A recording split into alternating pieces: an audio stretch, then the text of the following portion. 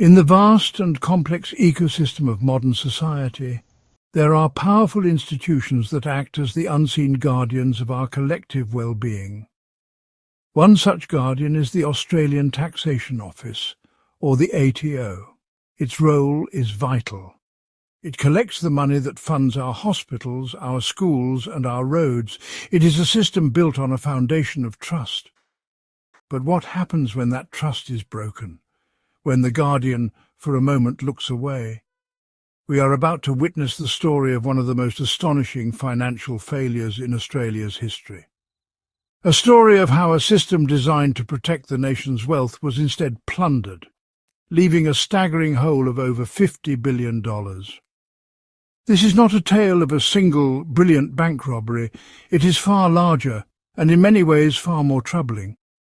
It is a story of systemic weakness, of digital dreams turning into security nightmares, and of a simple scam that spread like wildfire across the digital landscape.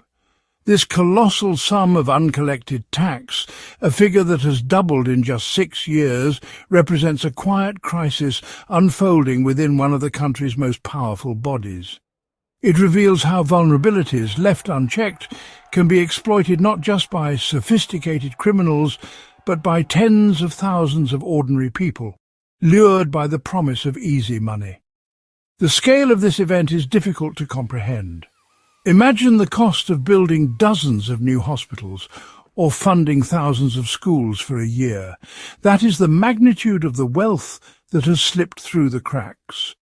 The story begins not with a bang, but with a whisper, a flaw in the system that was known yet not addressed. It is a chronicle of warnings ignored and risks downplayed.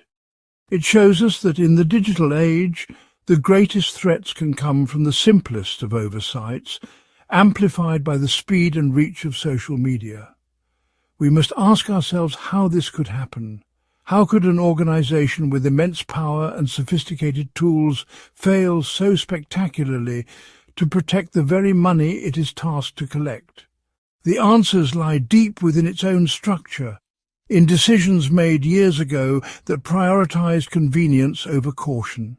It is a journey into a world of automated systems, deep staff cuts, and a culture that struggled to see the danger that was right in front of its eyes. This is the story of the great Australian tax heist, a heist that didn't require guns or getaway cars, but simply a phone, an internet connection, and a breathtaking flaw in the system. The origins of this scandal trace back to a series of overlooked vulnerabilities in the ATO's digital infrastructure. Years of underfunding and a focus on efficiency over security created an environment ripe for exploitation. Early warnings from cybersecurity experts were dismissed, and the cracks in the system began to widen. As the digital age advanced, so did the methods of those looking to exploit these weaknesses. A simple scam, initially dismissed as a minor threat, began to spread, taking advantage of the ATO's outdated systems. Phishing emails and fraudulent websites became the tools of choice for those looking to siphon off funds. Ordinary citizens, enticed by the promise of easy money, unknowingly became accomplices in this grand scheme. The scale of the fraud grew exponentially, with millions of dollars being siphoned off before anyone realized the full extent of the damage. By the time the ATO began to take action, it was already too late. The damage had been done, and the trust in one of Australia's most vital institutions had been shattered. This is the story of how a series of small oversights and ignored warnings led to one of the most significant financial scandals in Australian history. A story that serves as a stark reminder of the importance of vigilance, security, and the need to address vulnerabilities before they can be exploited. The machinery behind this nationwide fraud was at its core shockingly straightforward, almost elegant in its simplicity. It was a blueprint for theft, a step-by-step guide that could be followed by anyone with a smartphone and a bit of nerve. This wasn't a secret whispered in the shadows of the internet. Instead, it was a three-step recipe for siphoning money from the government, broadcast openly on mainstream social media platforms like TikTok. In the same digital spaces where viral dances and comedy sketches thrived, a new kind of video began to circulate, one that explained in detail how to commit tax fraud. The instructions spread with viral speed, reaching thousands in a matter of days. The scam's target was the Goods and Services Tax, or GST, a tax added to most purchases in Australia, collected by businesses on behalf of the government. Under normal circumstances, businesses collect GST from customers and can claim back the GST they pay on their own business expenses. This system is designed to keep commerce fair and transparent, but the fraudsters saw an opportunity in the very system meant to ensure fairness. They exploited the refund process, turning it into a loophole for easy money. The first step was almost laughably easy. Anyone could go online and register for an Australian business number, or ABN, the unique identifier for any business in Australia. To do this, you didn't need a real business. You could invent a name on the spot, a fake construction company, a non-existent tech startup, or a phantom catering service. The system didn't care. No documents were required. No photographs, no proof of address, no evidence of any kind. The process was designed for speed and accessibility, not scrutiny. With just a few keystrokes and mouse clicks, a phantom business was born, officially recognised in the government system, indistinguishable from a legitimate enterprise. The next step was to link this fake ABN to the government's online portal, MyGov, and register it for GST. This, too, was an automated process, requiring little more than a few details and a digital signature. In minutes, the scammer was officially in the tax system, ready to make a claim. No one had checked if the business was real. No one had asked for proof. The final step was the most audacious. The fraudster would log in and fill out a business activity statement, or BAS, the form used to report GST collected and paid. Here, the scammer would simply invent massive, entirely fictional business expenses, tens of thousands of dollars worth, and claim a GST refund on them. There was no requirement to upload receipts, invoices, or any supporting documents. The system trusted the user, assuming honesty. The entire process was designed for efficiency, a digital utopia for legitimate businesses, but a paradise for those with criminal intent. After submitting the fake claim, sometimes for thousands, sometimes for tens of thousands of dollars, the scammer simply had to wait. But the wait was never long. The ATO's automated system, built for speed and efficiency, would process the claim without any human review. Within days, sometimes as few as 3, the stolen money would appear in the scammer's personal bank account, ready to be spent or withdrawn. It was a seamless, frictionless crime, repeated tens of thousands of times, draining billions from the public purse, all with a few clicks and a little imagination.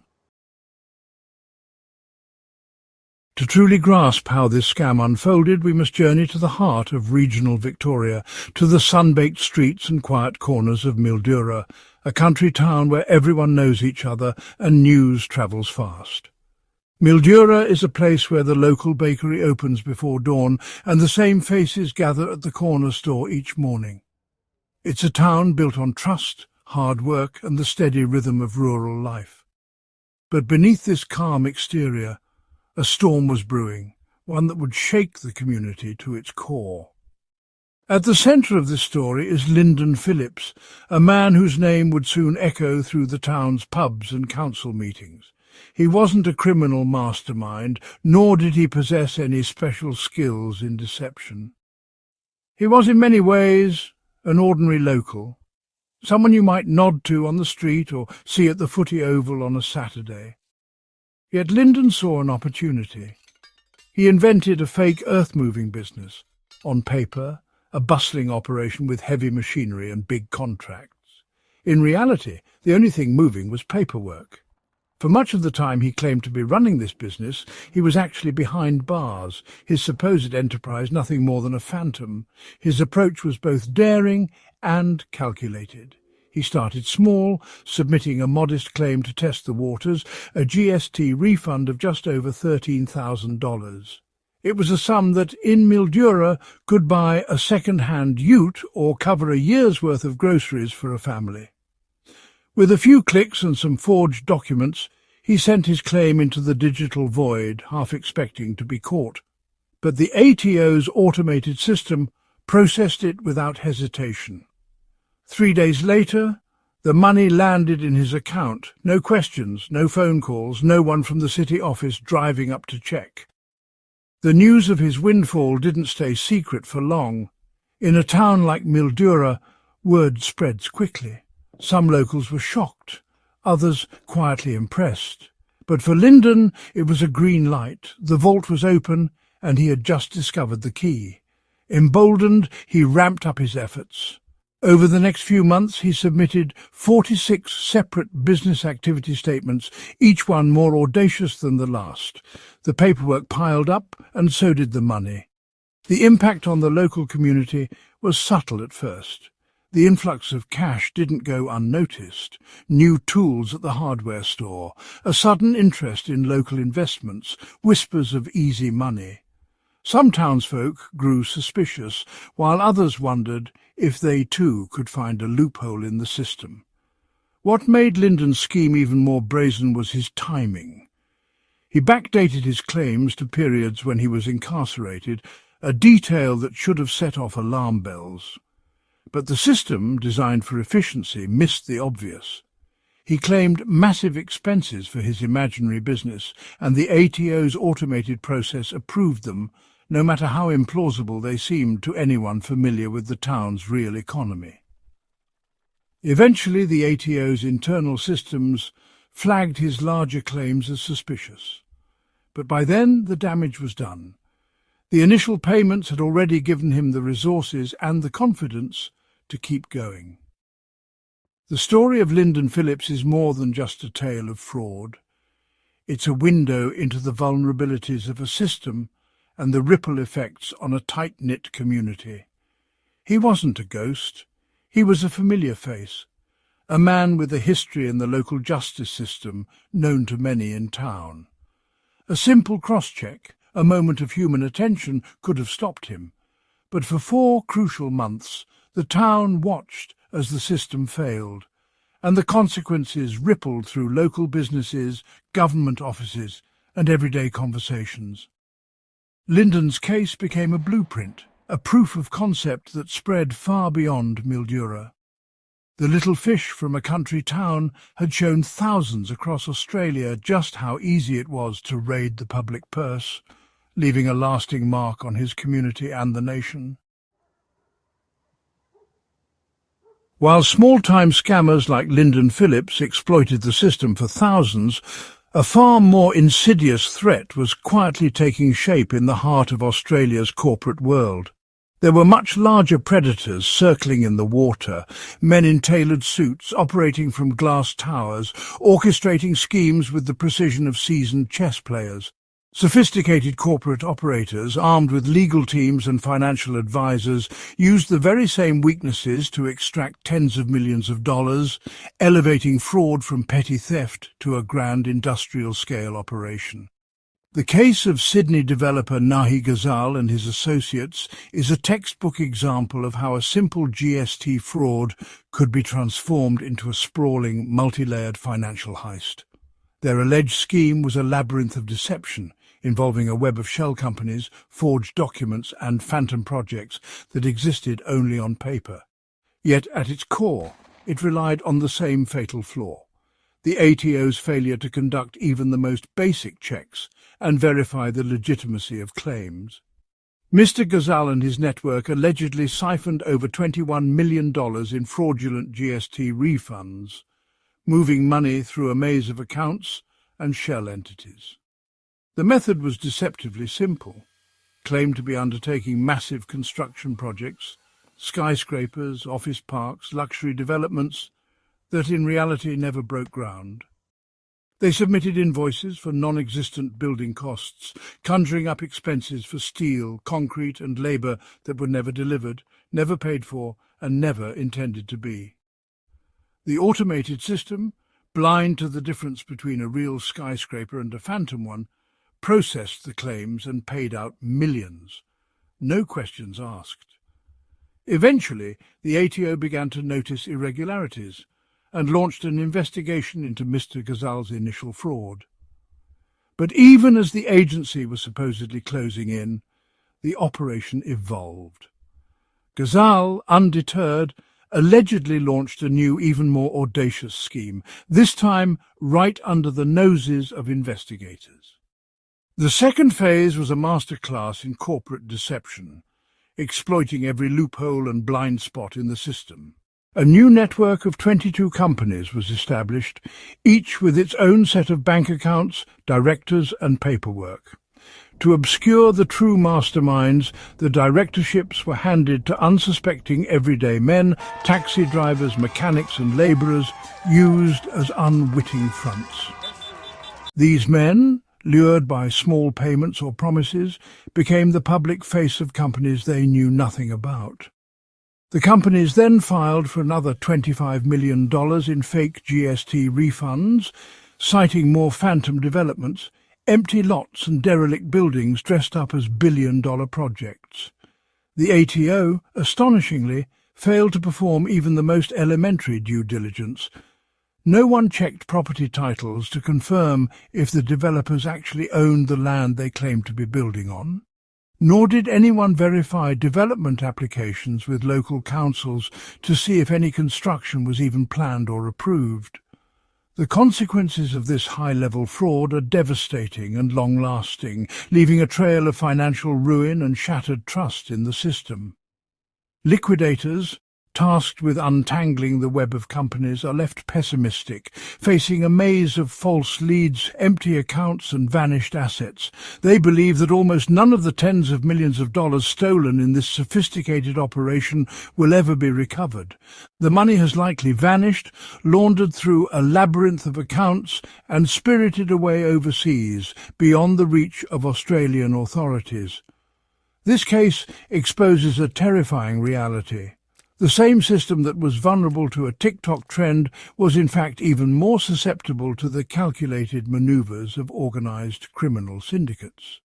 These groups could exploit its weaknesses on a massive scale, operating with near impunity and little fear of immediate detection. In the end, the true cost of this grand deception is measured not just in lost dollars, but in the erosion of trust in the very institutions meant to protect the public. The catastrophic failure of the ATO to prevent this tidal wave of fraud was not a sudden event. It was the slow, grinding result of years of neglect, misjudgment and misplaced priorities, an entire system lulled into complacency while vulnerabilities multiplied in plain sight. This disaster was the culmination of a series of decisions that systematically weakened the ATO's defences, eroding its ability to detect and prevent fraud at every level. One of the primary causes was the organisation's headlong rush into a so-called digital revolution. The ATO, eager to modernise, poured resources into automation and online services, believing technology alone could safeguard the nation's finances. Under former Commissioner Chris Jordan, who served from 2013 to 2024, the mantra was to make tax just happen. The vision was bold: a seamless, invisible tax system where compliance was automatic and effortless.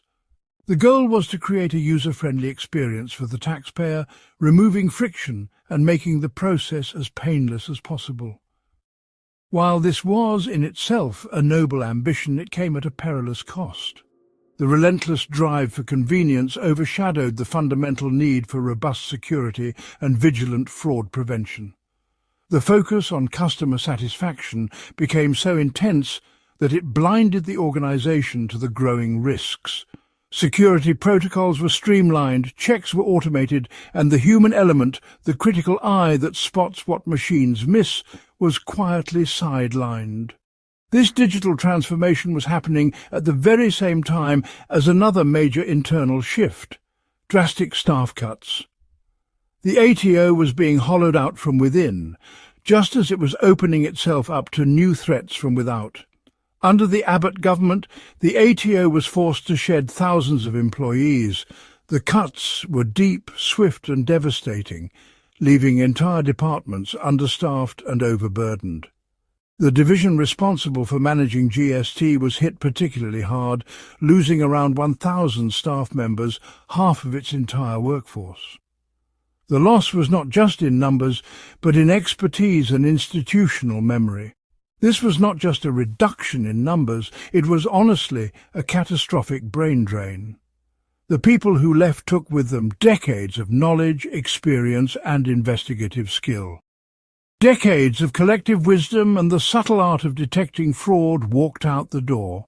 The ATO lost the very people who could spot suspicious patterns, who understood the nuances of corporate tax law and who knew how to ask the right questions. The result? The organization was left with a skeleton crew, many of them inexperienced, struggling to keep up with a flood of claims and a rapidly evolving digital landscape. The combination of these two factors, a blind faith in automation and a hollowed-out workforce, created, well, the perfect storm. The ATO's defences were down and the system was wide open. The automated systems were designed to process claims quickly with minimal human friction. But speed came at the expense of scrutiny. Without experienced staff to oversee them, to question anomalies and to conduct manual checks, these systems became an open gateway for fraud. The digital tools were like a high-tech security fence with no guards on patrol. The ATO had traded its human intuition and expertise for processing speed, leaving the nation's treasury dangerously exposed to anyone willing to test the system. But the failures didn't stop at internal decisions. Oversight mechanisms that should have caught these weaknesses were themselves asleep at the wheel. Regulatory bodies failed to demand accountability, and warning signs were ignored or downplayed. Most damning of all, the ATO had been explicitly warned about these very weaknesses. 3 years before the TikTok scam went viral, a 2018 report from the Inspector General of Taxation, Ali Nourouzi, delivered a stark assessment. The report found that the ATO's automated risk assessment tools were only marginally better than a random selection. The warning could not have been clearer. Yet, instead of heeding this alert, the ATO appeared to grow more complacent. The culture of self-assurance and overconfidence in technology led to a dangerous underestimation of risk. In a stunning misjudgment, just 2 months before the scam exploded, the agency downgraded its internal fraud risk assessment from severe to low, effectively declaring the situation safe just as the floodgates were about to burst open. The result was a system that failed at every level, from the top, where leadership placed blind faith in automation, to the ground, where oversight and regulatory checks were little more than formalities. The ATO and the nation paid the price for a system that had been asleep at the wheel for far too long. The warning signs were there, the failures were systemic, and the consequences catastrophic. When a fraud of this magnitude is unfolding, you'd expect the Australian Taxation Office's advanced risk models and data matching systems to be the first line of defence, constantly scanning for anomalies, ready to sound the alarm at the slightest hint of trouble. But the reality was far more sobering and, frankly, deeply unsettling. The infamous $2 billion TikTok GST scam wasn't uncovered by the ATO's high-tech systems, nor by any of its seasoned analysts. Instead, the entire scheme came to light by pure accident, thanks to a handful of local police officers in the same country town where Lyndon Phillips was quietly orchestrating the operation. The officers weren't even looking for financial crimes. They were following up on a completely unrelated firearms charge, a routine investigation that led them to a modest home on the outskirts of Mildura. During the search, one officer noticed a mobile phone buzzing with constant notifications, messages, alerts, and what looked like transaction receipts. With a warrant in hand, the officer began scrolling through the device, expecting to find evidence related to the firearms case. Instead, he stumbled upon a trove of messages and screenshots, all referencing GST claims, bank transfers, and step-by-step instructions for exploiting the tax system. The officers gathered around, piecing together the digital breadcrumbs. The evidence was overwhelming. Group chats filled with men discussing how to file false claims, lists of bank account numbers, and even photos of cash withdrawals. It was all there. The method, the claims, the payouts. The officers realized they had uncovered something far bigger than a local crime. This was a nationwide scam. The local police immediately contacted the ATO, sharing the evidence and urging them to investigate. For the first time, the tax office was forced to confront the scale of the disaster. Up until this point, the ATO had publicly boasted about its cutting-edge risk models and digital surveillance.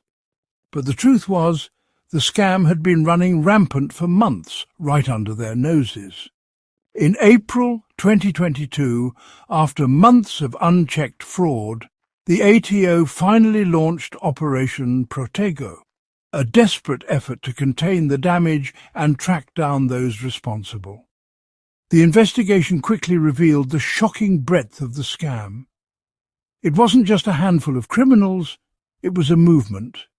At least 57,000 individuals had participated, most of them ordinary men, many young, lured by the promise of easy money. These weren't seasoned fraudsters, but regular people, students, workers, even the unemployed, who saw an opportunity and took it. The scam spread like wildfire, fueled by viral social media posts and word of mouth. It became a digital gold rush, with thousands joining in every week. The fact that this entire operation was uncovered by chance, by a local police officer doing routine work, is a damning indictment of the ATO's capabilities at the time. Despite all the talk of digital transformation and artificial intelligence, the system failed to notice what was happening in plain sight. In the end, it was a single police officer, methodically following procedure, who saw what the nation's multi-billion-dollar tax agency had missed. The so-called guardians of the revenue system were blind to a fraud openly discussed on social media and executed by tens of thousands, until a chance encounter in a small town exposed the entire rotten structure for all to see. Once the scale of the GST fraud was finally understood, the immense challenge of clawing back the stolen money began. The task, to be honest, has proven to be incredibly difficult. Of the estimated $2 billion lost to the TikTok scam alone, the ATO has managed to recover only a tiny fraction. As of the latest reports, a mere $160 million has been reclaimed. This represents just 8% of the total amount stolen. The rest, over $1.8 billion, has effectively vanished, spent by the fraudsters on cars, holidays and luxury goods, or hidden away where it simply can't be easily traced. The legal response has also been, well, surprisingly limited. Despite identifying 57,000 individuals who participated in the fraud, the number of people who have faced legal consequences is remarkably small. To date, only 122 people have been convicted for their role in the scam. This vast gap between the number of participants and the number of prosecutions sends a troubling message. It suggests that, for the vast majority of those who stole from the public, there will be little to no accountability. The sheer volume of cases has overwhelmed the system's capacity to investigate and prosecute every offender. This difficulty is compounded by a fundamental principle of debt collection that the ATO knows all too well. According to the agency's own data, once a tax debt is more than a year old, the chance of ever recovering it plummets to just 2%. Much of the money from the GST scam falls into this category. It was stolen quickly and spent just as fast. Chasing thousands of small debts from individuals who may have already spent the money is a costly and honestly often futile exercise. For the larger corporate frauds, the money has been moved through complex legal structures, making recovery an almost impossible task for liquidators. This is part of a much larger problem facing the ATO. The uncollected tax debt, money that is undisputed and owed to the taxpayer, has now ballooned to an incredible $53 billion. The Inspector General of Taxation, Karen Payne, has repeatedly raised the alarm about this growing mountain of debt. She notes that the explosion in uncollected funds began 2 years before the COVID-19 pandemic, debunking the idea that the pandemic is the sole cause of the problem. The nation is now facing a reality where billions of dollars essential for public services are being treated as effectively lost forever. The legal battles to reclaim these funds are ongoing, but the complexity and scale of the fraud make it a daunting task. Government actions have included tightening regulations and increasing oversight, but these measures often come too late to recover the lost billions. The struggle to reclaim stolen billions is a stark reminder of the vulnerabilities in the system and the need for more robust preventive measures. As the government continues its efforts, the hope is that lessons learned from this massive fraud will lead to stronger defences against future scams. Beneath the surface failures in fraud detection and debt collection, there exists a far more insidious problem, one that has shaped the very character of the Australian Taxation Office for decades. It is a culture of secrecy, a code of silence that runs deep within the institution's walls. The ATO is an institution that wields enormous power over the lives of millions, yet it often operates in the shadows, shielded from public scrutiny. Its corridors echo with the footsteps of those who know that what happens inside is rarely revealed to the outside world. One of the most telling examples of this secrecy is the ATO's power to settle massive tax debts with corporations and wealthy individuals, all behind closed doors. These negotiations are conducted in private, with only a select few ever knowing the details. These settlements are confidential by design. The public and even Parliament are kept in the dark about who benefits and why. The doors remain closed, the files locked away. It's a system that, quite frankly, invites questions about fairness and consistency. The secrecy breeds suspicion, and suspicion breeds distrust. Last year alone, the ATO quietly wrote off an astonishing $880 million in tax debt through 301 of these secret settlements. The public only learns the total, never the specifics. We do not know who these deals were with or what circumstances led to the debts being reduced or erased. The details are locked away out of reach. This lack of transparency creates a perception of a two-tiered tax system, one for ordinary citizens who are pursued relentlessly for every last dollar, and another for the powerful and well-connected who can negotiate their debts away in private. This secrecy erodes public trust and raises concerns that the ATO may not always act in the public's best interest. But what happens to those inside the ATO who dare to question this culture? Whistleblowers, often men who have spent years in the system, describe a climate of fear and intimidation. Speaking out can mean career suicide. Some have tried to raise concerns about questionable settlements or internal practices only to find themselves isolated, sidelined, or even threatened with legal action. The message is clear.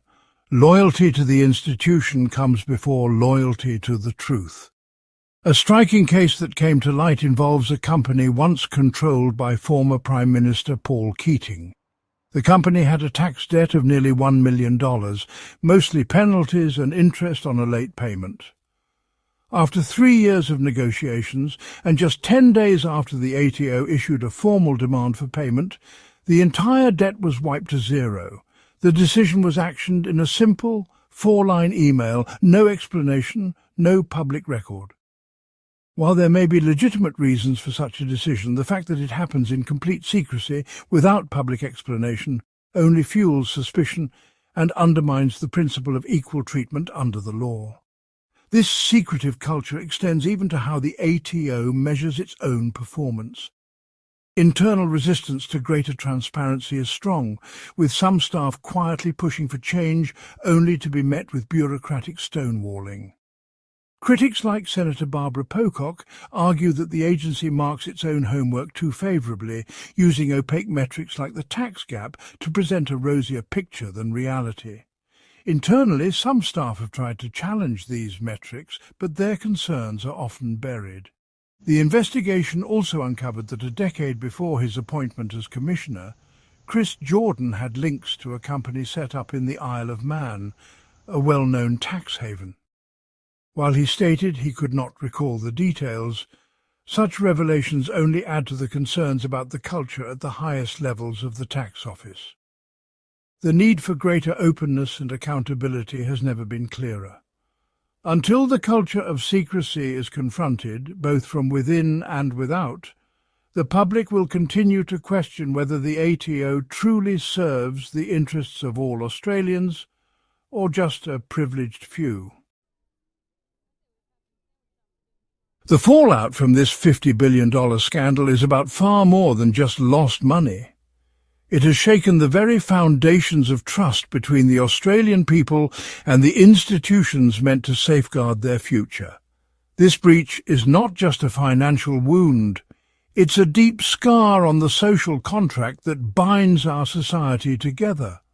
Every citizen who lines up to pay their taxes does so with the belief that the system is fair, efficient and above all secure. When that trust is shattered on such a monumental scale, the consequences ripple far beyond the balance sheets. They reach into the heart of our democracy. The story of the GST fraud and the ballooning uncollected debt reveals a Guardian that was not just asleep at the wheel, but one that had been warned of the dangers and failed to act. The warnings were clear, the risks were known, yet the response was inadequate. Now, the most critical task facing the ATO and the government is to rebuild that broken trust. This is not a challenge that can be met with words alone. It demands action, transparency, and a willingness to confront uncomfortable truths. In the wake of these systemic failures, calls for reform have grown louder and more urgent. Across the country, men from all walks of life, business owners, workers and former officials, are demanding a new era of accountability. Critics, including former tax inspectors and parliamentarians, argue that the current structure, where the ATO largely governs itself, is no longer fit for purpose. They point to the need for an independent board to oversee the agency, bringing in outside expertise and a fresh perspective. Much like the corporate regulator ASIC, this board would ensure that the ATO's leadership is held accountable not just for its successes, but for its failures as well. It would break down the culture of secrecy and ensure decisions are made in the broad public interest, not behind closed doors. The push for reform is not just about structure, it's about culture. A culture of openness, where mistakes are acknowledged and lessons are learned, is essential for restoring faith in the system. Strengthening the role of independent watchdogs is also vital. The Inspector General of Taxation must be empowered with greater authority and resources to conduct thorough investigations and ensure that its recommendations are not just heard, but acted upon. The warnings about flawed fraud detection systems were given years in advance. A system with more teeth one that could enforce change, might have forced the ATO to address these vulnerabilities before they were so devastatingly exploited. Transparency must become the default, not the exception. Secret settlements and backroom deals should be subject to far greater scrutiny, ensuring fairness for all taxpayers, not just a privileged few.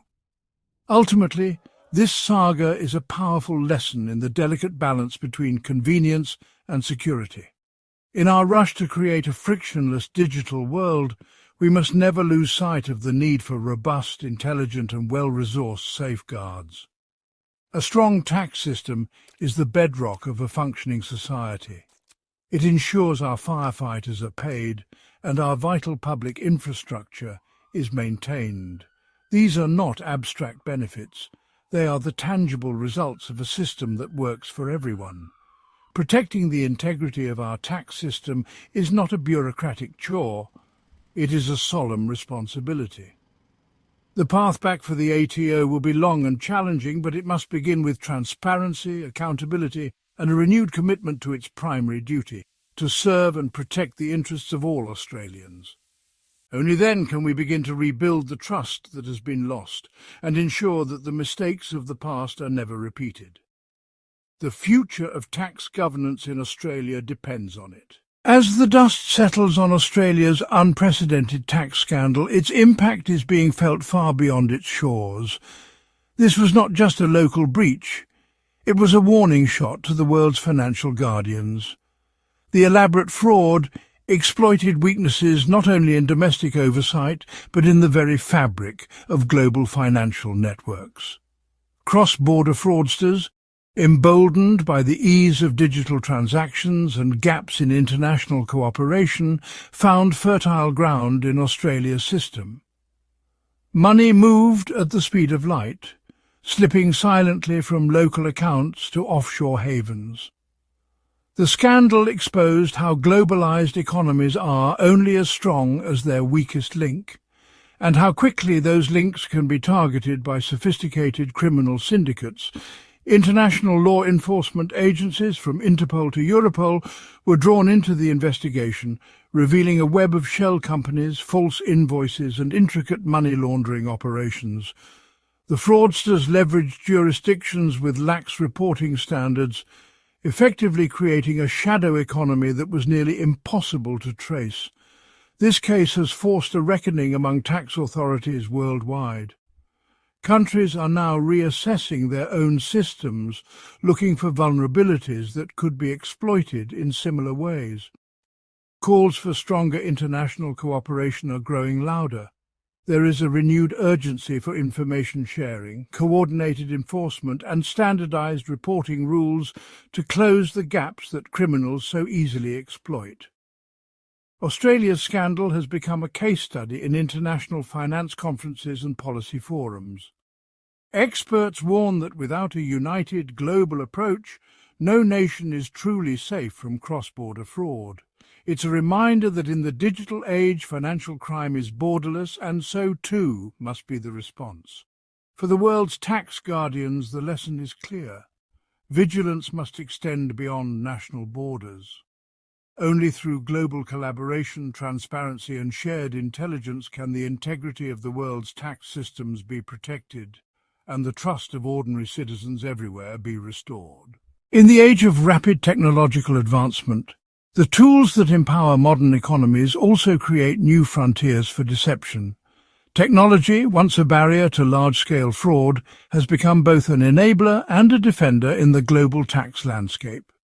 On one hand, digital platforms and online banking have made it easier than ever for fraudsters to operate.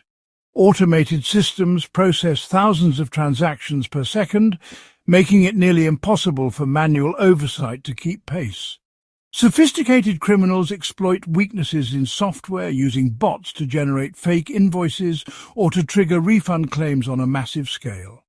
The use of cryptocurrencies and anonymized payment systems further complicates the trail, allowing illicit funds to flow across borders at the click of a button, often leaving little trace. Real-world cases have shown how cybercriminals manipulate tax software to create phantom companies and falsify transaction histories, sometimes using artificial intelligence to mimic legitimate user behaviour.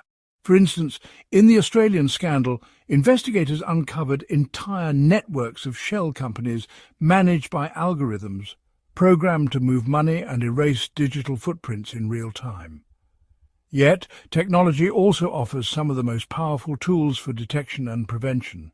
Machine learning algorithms now scan millions of tax records, searching for anomalies and patterns that might signal fraud, such as sudden spikes in refund claims or transactions that don't match established business profiles.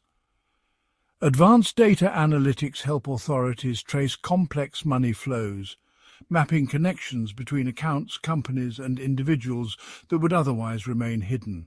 Blockchain technology, with its transparent and immutable ledger, is being tested as a way to prevent invoice fraud and ensure the authenticity of financial records. Automated alerts and AI-driven risk assessments are becoming standard in tax offices worldwide, enabling faster responses to suspicious activity. The battle between tax fraudsters and tax enforcers is now a high-stakes technological arms race. Each side continually adapts, seeking new vulnerabilities or defenses in the digital world. As the tools evolve, so too must the strategies, making investment in cybersecurity, data sharing and tech literacy essential for any nation hoping to safeguard its tax system in the 21st century. Ultimately, the story of technology and tax fraud is not just about the risks, but also the possibilities. With the right safeguards and global cooperation, the digital revolution can become a force for transparency and trust, turning the tide in the ongoing fight against financial crime. In the wake of every great fraud, there are those who stand in the shadows, whistleblowers and investigators who risk everything to bring the truth to light. Their journey does not end with the headlines or the courtroom victories. For many, the aftermath is a long, lonely road marked by personal sacrifice and professional uncertainty. Whistleblowers often face retaliation, not just from those they expose, but sometimes from within the very institutions they sought to protect. Careers are derailed, relationships strained, and reputations questioned. Some are forced into anonymity, living with the constant anxiety of retribution. Others, left unprotected by weak policies, struggle to find new employment in their field. Yet their courage is the catalyst for change. Without their willingness to speak up, many frauds would remain hidden in the dark. For the investigators, the battle continues behind closed doors. Long hours, relentless pressure, and the weight of public expectation take their toll. Mistakes are scrutinized, successes often go unrecognized, and the emotional burden of uncovering deceit can be immense.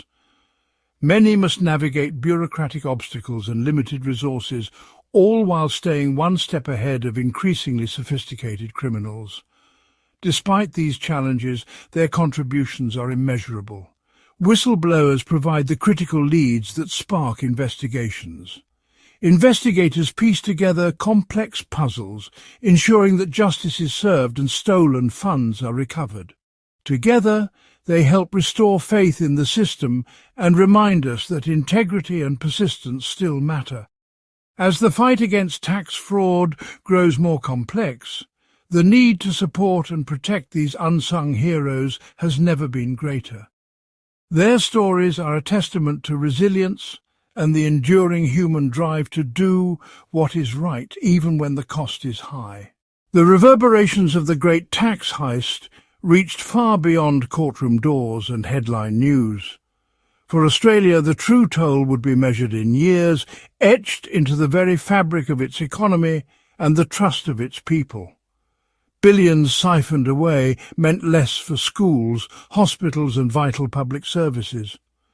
Communities felt the pinch as budgets tightened, and social programs faced cutbacks, forcing difficult choices at every level of government. But the damage was not just financial. Public trust in the tax system once a cornerstone of Australia's social contract, was shaken to its core. Ordinary citizens questioned whether the rules were fair or merely for the honest. Confidence in the institutions, meant to safeguard the nation's wealth, faltered, fueling cynicism and disengagement. In response, policymakers were compelled to act. Sweeping reforms were introduced, stronger oversight, stricter penalties, and new transparency measures designed to close loopholes and prevent future abuses. Technology became both a shield and a sword.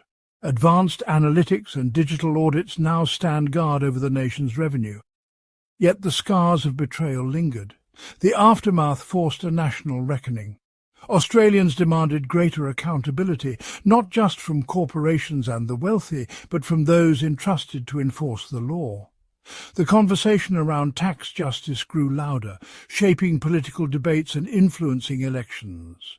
In time, these reforms began to restore confidence. But the lesson was clear: vigilance must be constant, and trust, once lost, takes years to rebuild. The legacy of the tax heist endures as a warning and a call to action to protect the common good for today and for generations to come. The fallout from Australia's tax heist offered hard-won lessons, reminders etched in policy and memory. As the dust settled, experts, lawmakers and citizens alike reflected on what went wrong and what must change. The first lesson: transparency is non-negotiable. When financial dealings are hidden in shadows, corruption finds fertile ground. Open reporting, real-time data sharing and clear accountability must be the new normal. Second, no system can rely on trust alone. Robust checks and balances, independent audits and routine scrutiny are essential for every institution, large or small. Empowering investigators with both the resources and authority to act swiftly is crucial in stopping fraud before it spreads.